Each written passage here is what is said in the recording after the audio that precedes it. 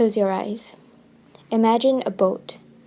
You and your family are cramped up with over 300 people on this boat. That's twice as many as the boat can take. You have all been here for 2 weeks now, and you're given small portions of rice and 3 cups of water every day. And you're running out of the little packet of sugar you brought with you. Behind you is destruction. Destruction of everything. The school you went to, the house you lived in, the roof you prayed under, the extended family you had. Destruction of your identity and your dignity. And all you know now is you cannot go back. Now open your eyes. This is a small part of what it may feel like to be one of the most persecuted minorities in the world. This is the reality of over 1.5 million Rohingyas who have fled Myanmar over the years. The Rohingyas are an ethno-religious minority group from the Rakhine region of Myanmar, bordering Bangladesh. They are Muslim under persecution. Approximately 40,000 Rohingyas have fled to Malaysia over the past 30 years, with more recent influx following waves of violence by Burmese Buddhist authorities. Now, little do these Rohingyas know that they will land in Malaysia only to learn that they have no place here. No access to labor markets or education or healthcare. They will learn that they have no identity in Malaysia.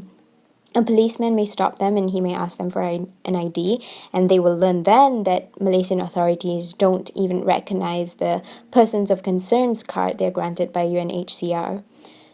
The policeman may ask for a bribe, which they will not be able to pay, and so they will be taken to detention. And in detention, they will be handcuffed and chained, children taken away from parents, wives taken away from husbands, and there they will be kept for an indefinite amount of time, beaten and provided with minimal food and water.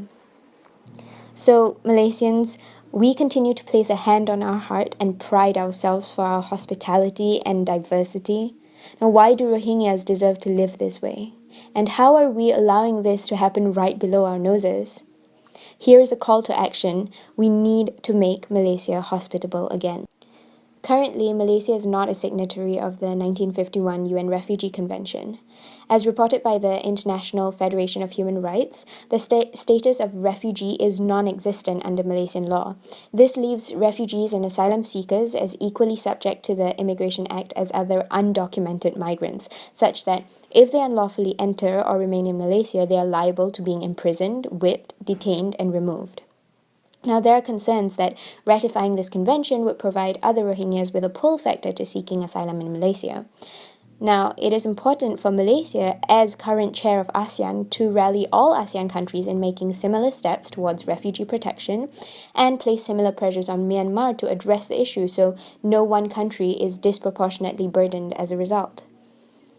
And it is a fallacy to assume that just because some refugees commit crimes under dire circumstances, all refugees should be regarded as criminals and placed under detention.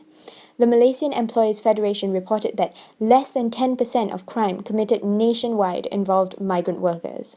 Now, on the flip side, migrant workers make up 20% of the national labour force, contributing to over 10% of the national economy.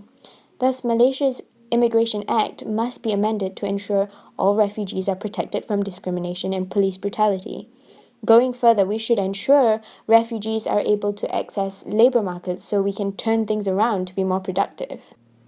Finally, on the individual level, as Malaysians, we must fight hard to combat the prevalence of xenophobia.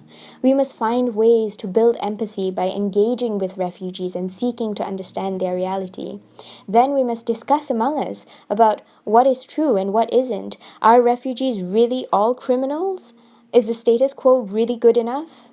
In a world that is so fraught by pain and fear, will the values we hold on to as Malaysians be those of generosity and warmth, or of self-interest and hostility?